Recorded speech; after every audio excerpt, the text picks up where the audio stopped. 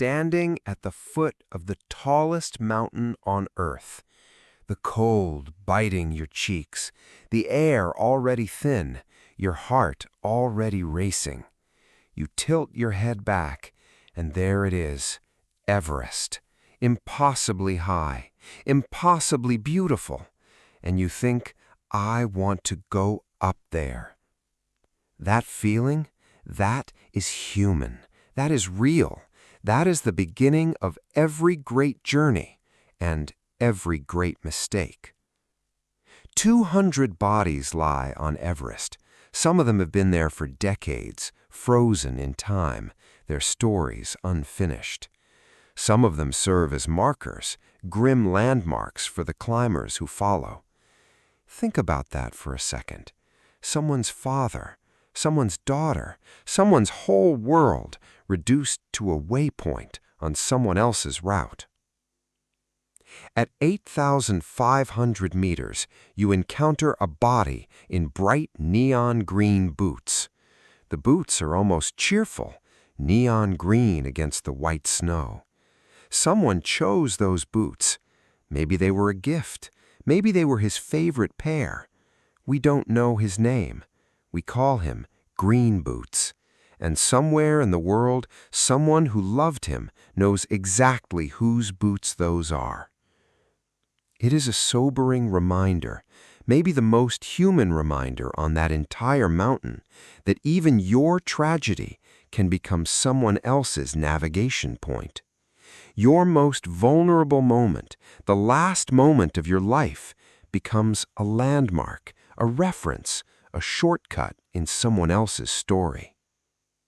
Above 8,000 meters, you enter the death zone. And the name is not metaphor, it is biology. The air is so thin that your body cannot take in enough oxygen to survive.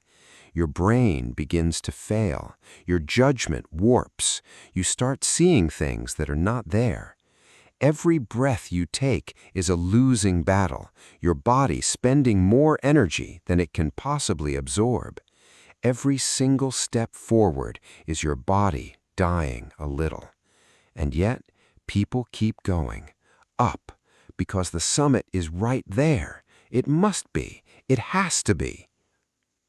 In 2006, a man named David Sharp sat down in the snow near Green Boots Cave.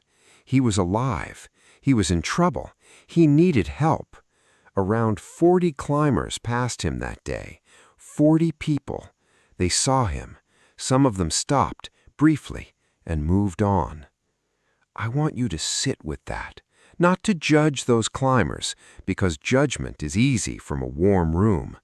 I want you to feel the weight of it. In the death zone, something happens to the human mind.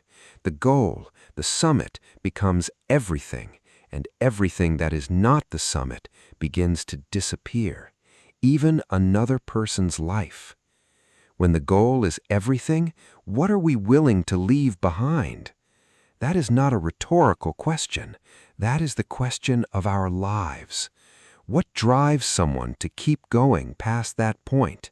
Is it glory? The photo at the top? The story they get to tell? Maybe. But I think it is something deeper and more honest than that. I think it is the feeling that turning back means you were not enough, that you failed, that the mountain won. Summit fever is not just ambition. It is fear wearing the mask of ambition. It blinds you to the broken compass in your hand. It mutes the voice inside you that is quietly screaming to turn around. It convinces you with complete sincerity that the peak is the only thing that matters. And the terrifying thing is, it can happen to any of us. Not on a mountain, in an office, in a relationship, in a life we've been living on autopilot for so long we forgot to ask if we still want it. Because we all have our own death zones. Yours might be a job that is slowly hollowing you out, but you tell yourself you just need to make it to the next promotion. Yours might be a goal you set years ago that no longer fits the person you have become, but you keep going because stopping feels like quitting. Yours might be a pace of life that is unsustainable, the endless hustle, the 60-hour weeks, the calendar with no white space, but you call it ambition and keep climbing. The corporate ladder can be just as unforgiving as an icy slope, and the view from the top, when you finally get there, can be just as lonely. We mistake relentless pursuit for progress. We confuse exhaustion with dedication. We call it passion when it is killing us. The pressure to succeed, to keep going, to climb higher, to never stop, can be the most silent and most effective killer there is. Not dramatic, not sudden, just a slow erosion of everything that made you want to climb in the first place. Here's what the mountain teaches us if we are willing to listen. The bravest thing, the genuinely bravest thing, is not the summit. It is the turnaround. It is the moment when a climber checks their watch, looks at the sky, feels their body, and says, "Not today." Not never, not giving up, not today. That decision, that single human decision, is what brings them home alive. Set a firm turnaround time. Honor it. Value the descent as much as the ascent, because getting back down is also part of the climb. Success is not reaching an arbitrary peak that someone else named. It is not the title on a business card, or the number in a bank account, or the trophy that sits on a shelf. Success is waking up and feeling like your life belongs to you.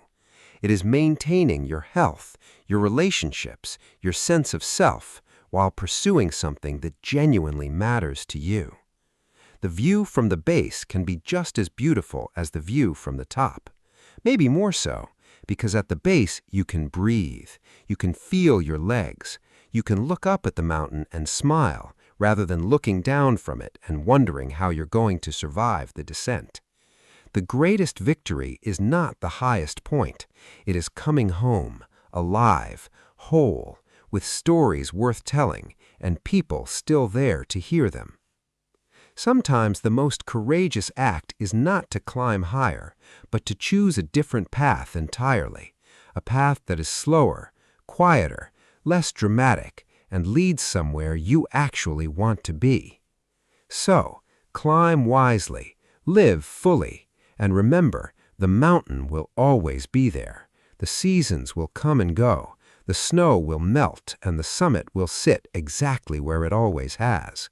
But your life, your one, irreplaceable, not getting a second draft life, and your peace, that is not guaranteed.